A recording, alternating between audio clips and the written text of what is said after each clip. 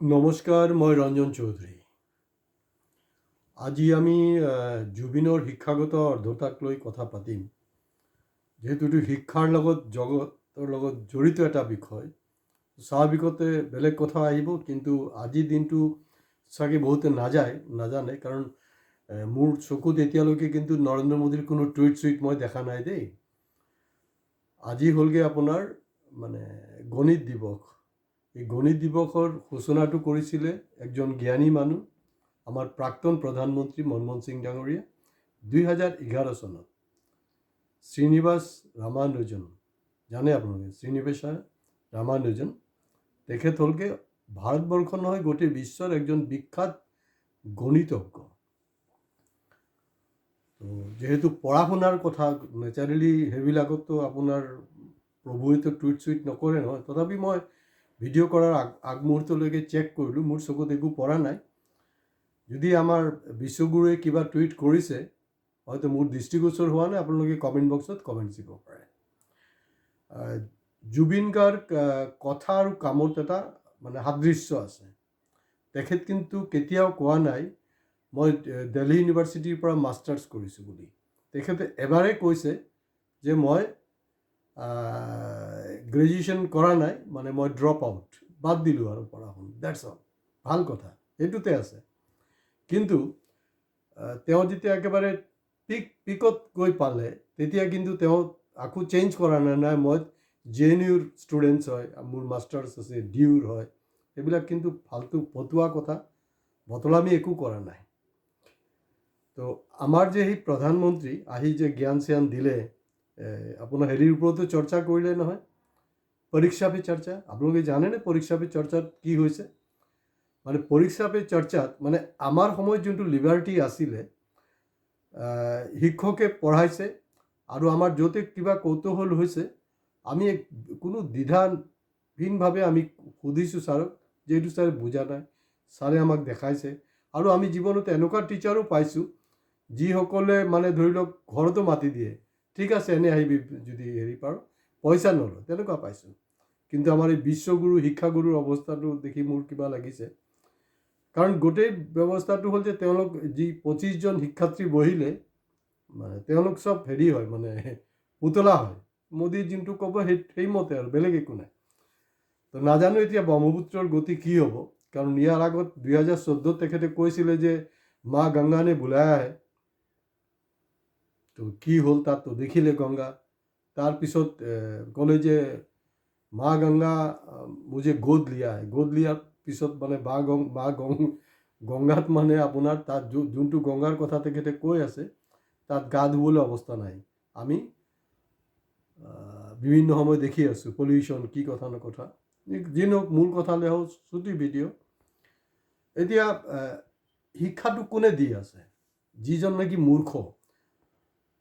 মনমোহন সিং কেতিয়াবা এইবিলাক পৰীক্ষা পে চৰ্চা কৰিব দেখিছে নেকি? নকৰে। আৰু এটা বস্তু জানিব, আপোনাৰ ওচৰ পাজৰে আপুনি মিলাই চাব কেৰেক্টাৰিষ্টিক্সটো কেনেকুৱা। যিসকল মাক বাপে ৰেজাল্ট ভাল নহয়, নিজৰ একাডেমিক বেকগ্ৰাউণ্ড ভাল নহয়, সেইটো সময়ত এনেই ফাল্টু টাইম পাছ কৰিছে, ভালকৈ পঢ়া শুনা কৰা নাই, কিন্তু তেওঁলোক যেতিয়া ডাঙৰ হৈছে নহয়, তেওঁলোকৰ ল'ৰা ছোৱালীৰ ওপৰত ইমান হেঁচা দিয়ে, ইমান জ্ঞান দিয়ে, সিহঁতি 30% পাইছিলে নেকি মোৰ সন্দেহ আছে। বহুত গ্ৰেছ মাৰ্কত পাছ কৰা পেৰেণ্টছবিলাকক আপোনালোকে জাষ্ট চাইক'লজিটো মিলাই চাব দেই। তাহাঁতি ষ্টুডেণ্টছ তাৰ নিজৰ ল'ৰা ছোৱালীৰ ওপৰত প্ৰেছাৰ দিয়ে, এনেকৈ প্ৰেছাৰ দিয়ে, তাহাঁতি একদম ফাৰ্ষ্ট ক্লাছ পাছ হোৱা তেনেকুৱাকৈ। 2018 পৰা আপোনাৰ এইটো ষ্টাৰ্ট হ'ল পৰীক্ষা পে চৰ্চা। তো পৰীক্ষা পে চৰ্চা ষ্টাৰ্ট হোৱাৰ পিছত দেখা গৈছে আমাৰ যে ভাৰতবৰ্ষৰ বিদ্যাৰ্থী আছে, ষ্টুডেণ্টছ আছে, সিহঁতি ভাৰতবৰ্ষত নপঢ়ি বেলেগলৈ গুচি গৈছে। যদি বিশ্বাস নহয়, বেছি নহয়, মই অলপ দিন আগৰ কথাই কৈ আছোঁ, ৰাছিয়া ইউক্ৰেইনৰ যে যুদ্ধ, আমাৰ অসমৰো ল'ৰা ছোৱালী তাত আছিলে।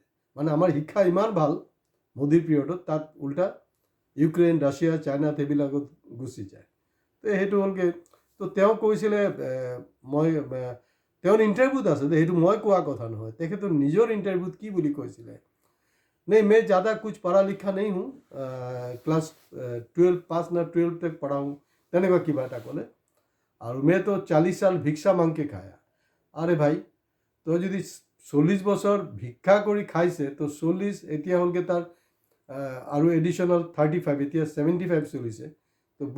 তো পঢ়া শুনাটো কৰিলে কেতিয়াকৈ কওকচোন বাৰু। তেওঁ ইমান ফটুৱামি কৰে যে সৰু থাকোঁতে নাকি তেখেতে ঘৰিয়ালৰ লগত পুখুৰীত গৈ খেলিছিলে। তাৰমানে যোৱা 11টা বছৰে নিশ্চয় এই ঘৰিয়ালটো আৰু ডাঙৰ হ'ল। তো গতিকে তেওঁ ঘৰিয়ালৰ চকুৰ পানী পেলাব, ইতিমধ্যে তেওঁ বহুবাৰ পেলাইছে, এইসব কৰি থাকিব। তো অদ্ভুত কাৰবাৰটো হ'ল মানে তেওঁ ছাত্ৰ ছাত্ৰীক জ্ঞানটো সেইটো দি থাকে যে যিবিলাক টাফ কুৱেশ্যন সেইবিলাক নাকি প্ৰথম কৰিব লাগে, ইজিবিলাক পিছত কৰিব লাগে। তাৰ বাপেকে জিন্দগীত এক্সাম দিছে নেকি ভগৱানে জানে। আপোনাৰ ল'ৰা ছোৱালীকে ক'বচোন, বাবা মানে যোনে যোনটো ক্লাছত পঢ়ে যোনটো টাফ আছে সেইটো পঢ়ে চাব, তাৰপিছত চাব যে আপোনাৰ ল'ৰা ছোৱালী আপোনাৰ অৱস্থা বেয়া কৰি দিব। তো এইসব মূৰ্খ মানুহে দেশখন চলাই আছে আৰু আমাক মূৰ্খ বনাই আছে। আৰু আমি ইতিমধ্যে যোৱা 11 বছৰ আমি ইতিমধ্যে মূৰ্খ হৈছোঁৱেই। কিন্তু মোৰ দুখ লাগিছে যে এই আজি যে মানে বিশ্ববিখ্যাত যে গণিতজ্ঞ আমাৰ ভাৰতৰ মানে এনেকুৱা এটা সম্পদ, তেওঁৰ সম্পৰ্কে কিন্তু তেওঁৰ কোনো ধৰণৰ উচ্চ বাচ্য নাই। আৰু পাব্লিকে আৰু এইটো ক'বলগীয়া একো নাই। কিন্তু জুবিন কেতিয়াও তেওঁ যেতিয়া ডক্টৰেটো দিলে আপোনাৰ এই মেঘালয়ৰ যোনটো ইউনিভাৰ্চিটি আছে, বহুত কণ্ট্ৰভাৰ্চি হৈছিলে তেতিয়া এই তেওঁৰ ডক্টৰেট দিয়াক লৈ বহুতে মানে মুখ্যমন্ত্ৰী খুদ মানে ইটিকিং কৰিছে। আৰু যোনটো কাম 2024 কটনৰ কৰিব লাগিছিলে, দেখা গ'ল যে জুবিনৰ মৃত্যুৰ পিছত তেওঁলোকে জুবিনক এই ডক্টৰেট উপাধিটো দিছে। কিন্তু এইটো একচুৱেলি সেইটোৰ পৰা শিক্ষাটো ল'ব লাগিছিলে। তেতিয়া চাগে ভয়তে হিমন্ত বিশ্ব শৰ্মাৰ ভয়তে কটন কলেজৰ যে মেনেজমেণ্ট আছে, অথৰিটি আছে, তেওঁলোকে তেওঁক ডক্টৰেট ডিগ্ৰীটো দিয়া নাই। এতিয়া যি নহওক নাম কমৰ কাৰণে কটন কলেজত তেনেকুৱাকৈ দিছে। এতিয়া তেওঁৰ এটা চাব যে এই যিজনে মানে পৰীক্ষা পে চৰ্চাৰ কথা কৈ আছে, তেওঁৰ জীৱনত কি পৰীক্ষা দিছে মই নাজানো। আজি এটা ফিগাৰ কৈ আছোঁ, এই যে আমাৰ অসমত কিন্তু স্কুল ড্ৰপ আউটৰ সংখ্যাটো কিন্তু ডে বাই ডে বাঢ়ি আছে, বাঢ়ি আছে। এইটো কি ভাল লক্ষণ নেকি? এইটো ভাল লক্ষণ নহয়। তেওঁ কৈছে যে A for আছাম 2025 নহয়, 2014 কৈছিলে A for আছাম। কি ঘণ্টাৰ আছাম হ'ল কওকচোন বাৰু। আপোনালোকে কমেণ্ট বক্সত কমেণ্টছ কৰক। আজিৰ দিনটোৰ শিক্ষাৰ অৱস্থাটো কি জানেনে? গুজৰাট, যি মোদীৰ ৰাজ্য, যি ইমান জ্ঞান পৰি আছে মূৰ্খটোৱে, তাৰ নিজৰ ৰাজ্যত 341% ড্ৰপ আউট।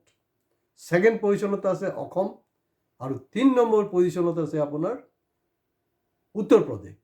এয়া হ'ল কি আমাৰ পৰীক্ষা পে চৰ্চাৰ এয়া হ'ল কি পৰিণতি। তো গতিকে 2018 পৰা আমাৰ কিন্তু মানে ছাত্ৰ ছাত্ৰীৰ অৱস্থা মানে এইটোৱে যি ধৰণে কৰি আছে, মানে আৰু দিনৰ পৰা দিন বকৱাছ মানে হ'বলৈ গৈ আছে। তেওঁ চিলড্ৰেনছ ডে না বেলেগ কিবা এটা প্ৰগ্ৰামত তেওঁ কৈছিলে, মোৰ এতিয়া মনত আছে, এইটো লাইভ প্ৰগ্ৰাম হৈ আছিলে। ইম্ফলৰ কোনো কেন্দ্ৰীয় বিদ্যালয়ৰ বা কোনোবা ষ্টুডেণ্টছে মানে মোদীক এনেকুৱা কুৱেশ্যন কৰিলে ন, হাৱা ওলাই দিছিলে ষ্টুডেণ্টছে। তাৰপিছৰ পৰা এতিয়া যোনটো ফ্ৰেম কৰিছে, তেওঁলোকে চব ঠিক ঠাক কৰি দিয়ে, এডুকেশ্যন ডিপাৰ্টমেণ্টে কৰি দিয়ে, এডুকেশ্যন ডিপাৰ্টমেণ্ট সেইটো কৰিছে। আৰু তেওঁ যে 9 পাছ 9ও পাছ কৰিছে নাই মোৰ সন্দেহ আছে। আপোনালোকে মনত পেলাওকচোন বাৰু, আমি কিন্তু A+B² ফৰ্মুলাটো ক্লাছ 8-9 ষ্টেণ্ডাৰ্ডতে শিকিছিলোঁ। ঠিক আছে বাৰু, মই ধৰি ল'লোঁ তেওঁ 9 পাছ বা 9লৈকে পঢ়িছে নেকি মোৰ সন্দেহ আছে। তেওঁ যোনটো A+B² ঐতিহাসিক এটা ফৰ্মুলা কৈছিলে, সেইটোও সি মানে গাধাটোৱে মানে সেইটোকেও শুদ্ধভাৱে কৰিব পৰা নাই। আৰু সেইজন মানুহে আজি দেশত পৰীক্ষা পে চৰ্চা লৈ আছে। আৰু ইমান লাজৰ কথা, জুবিনৰ ডিগ্ৰী লৈ কিন্তু কোনো চেলেঞ্জ হোৱা নাই।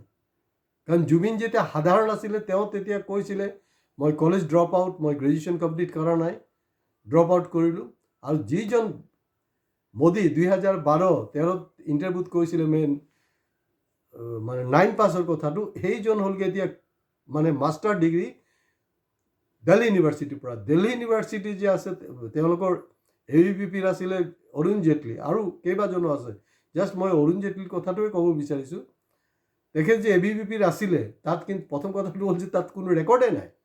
আৰু তেওঁৰ যোনটো চাৰ্টিফিকেট যোনটো প্ৰডিউচ কৰা হৈছে, ইণ্টাৰেষ্টিং হ'ল 80s আগত যিবিলাক আপোনাৰ হৈছে, আমি মেট্ৰিক পাছ কৰিছোঁ বা আমি যি চাৰ্টিফিকেট পাইছোঁ চবতে মানে হাতত লিখা আছে।